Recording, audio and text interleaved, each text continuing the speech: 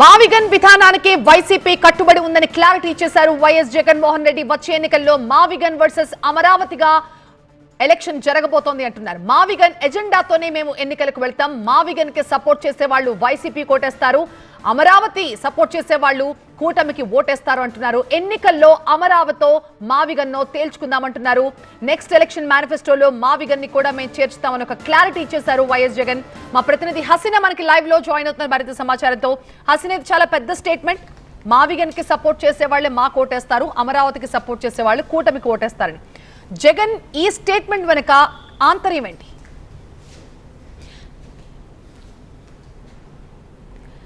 ఖచ్చితంగా మాజీ ముఖ్యమంత్రి జగన్మోహన్ రెడ్డి చాలా క్లారిటీతో ఉన్నారని చెప్పొచ్చు. మావిగన్ అంశం మీద ఆయన చాలా క్లారిటీతో ఉన్నారు.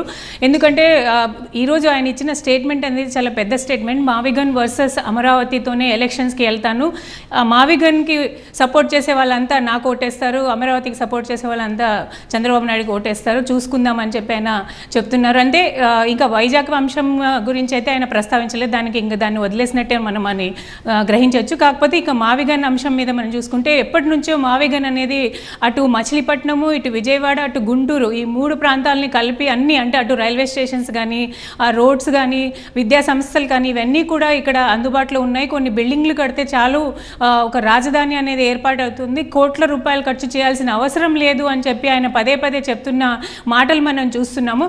అదే ఉద్దేశంతో నెక్స్ట్ ఎలక్షన్ ఎజెండా ఇప్పుడే ఆయన ప్రకటించారని చెప్పొచ్చు. మావిగన్ వర్సెస్ అమరావతి అనే ఎజెండాతోనే నేను ముందుకెళ్తానని చెప్పి చాలా డేర్గా ఆయన స్టేట్మెంట్ ఇచ్చారు. ఎందుకంటే ఆల్రెడీ ఉంటున్నది ఇప్పుడు ఇక్కడ అమరావతికి సంబంధించిన మొన్న కొంతమంది వైఎస్ఆర్సీపీ నేతలు అమరావతి ప్రాంతంలో రైతులను కలవడానికి వెళ్ళినప్పుడు అక్కడ వాళ్ళపైన జరిగిన దాడి కూడా మనం చూసాం. అంటే వ్యతిరేకత రైతులు కొంతమందిలో ఉంది, కొంతమంది సపోర్టర్స్ కూడా, కొంతమంది రైతులు కూడా వైఎస్ఆర్సీపీకి సపోర్ట్ చేస్తున్న వాళ్ళు కూడా ఉన్నారు.